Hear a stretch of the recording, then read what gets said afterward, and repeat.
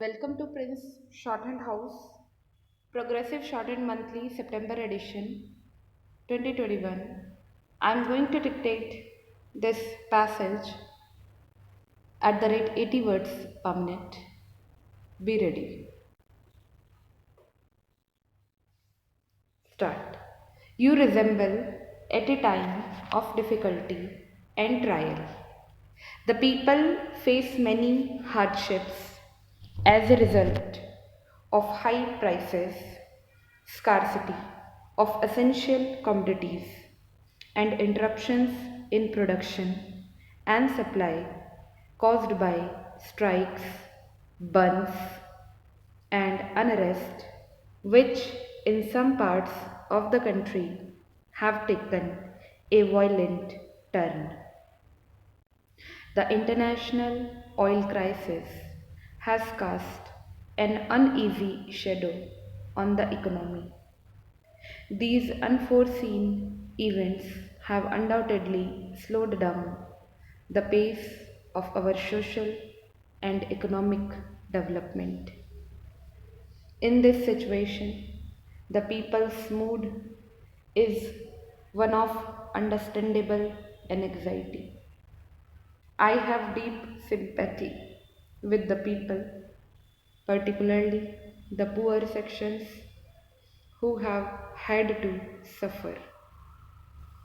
Seldom has a country faced such gigantic problems in quick succession year after year as we have them in the 3 years. It has been a continuous testing of the nation's mettle. The nation has survived these difficulties and has not allowed them to come in the way of its basic endeavors towards development. This is no mean achievement and should not be ignored, even though positive aspects are apt to be overlooked in difficult times. There have been a number of welcome developments. One of these is the manner in which the people of Andhra Pradesh have solved the problem of intra regional tensions, which only a year ago appeared insolvable. I congratulate all sections of the people of that state on the wisdom and spirit of accommodation which they displayed.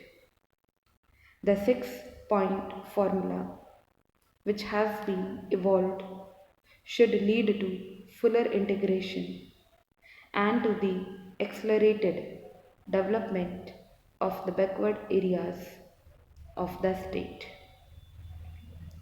Two other hopeful trends are in the economic sphere: the rise in export earnings and the improvement in the performance of public undertakings. Until about 2 years ago, the low rate of growth of our exports was a cause for considerable anxiety. However, since 2006-7, there has been a marked improvement. In that year, our exports increased by 22%. In the first 8 months of 2008-9, despite a variety of constraints, exports have increased by 20%. We are confident that with a greater national effort, exports can be pushed up substantially. Only about 2 years ago, the continuing losses of our public enterprises were a cause for concern. It is therefore a matter of satisfaction that, consequent to a number of measures taken by government, public undertakings have increased their production. Well, the key to the success of our efforts in insulating our projected targets of economic growth from the rise in prices of oil lies in larger production and transport of coal. Department of Mines and the Railways have to gear themselves to the task of raising and moving the coal to various centers of consumption. The state governments, on their part, should ensure that necessary basic facilities like power and feeder roads are made available. A great responsibility rests on the managements and the 1.5 million workers of the mines and the railways. With their cooperation, the production of coal will be increased in 2007-8 to 290 million tons, if not more, and a steady flow will be maintained to keep wheels of industry running smoothly.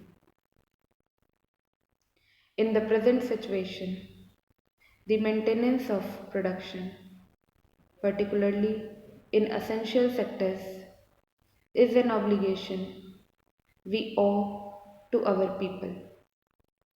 In recent months, the workers have been experiencing considerable economic difficulties. In spite of this, our workers, who have a proud heritage of patriotism, know very well that the situation can be improved only if the social tasks of production are viewed in the larger national perspective. Therefore, workers have to make a supreme effort to increase production and to ensure quick and uninterrupted movement. This is sorry, this is the only way in which they can contribute to relieve the shortages faced by the common people. The draft 11th 5-year plan provides the framework and the program to tackle the twin problems of food and fuel. The strategy for agriculture is based on a combination of the application of new technology and widening the base of production. The emphasis is on the one hand and for the small farmers on the other, so that the very process of increased production ensures wider distribution region wise as well as between different sections of the people. The plan gives special importance to the development of power, coal, oil, and transport, and of industries like fertilizers, which are very vital for agriculture. In a number of sectors, a large part of the output levels envisaged in the plan is based on the assumption of full and more efficient utilization of existing capacities. This is as much a part of the plan as new investment. For the first time, integrated sub-plans are being prepared within the overall framework of state plans for the development of backward areas including hill and tribal areas, so that all sections of the people achieve certain minimum levels of social consumption in elementary education, rural health, and rural electrification. Stop.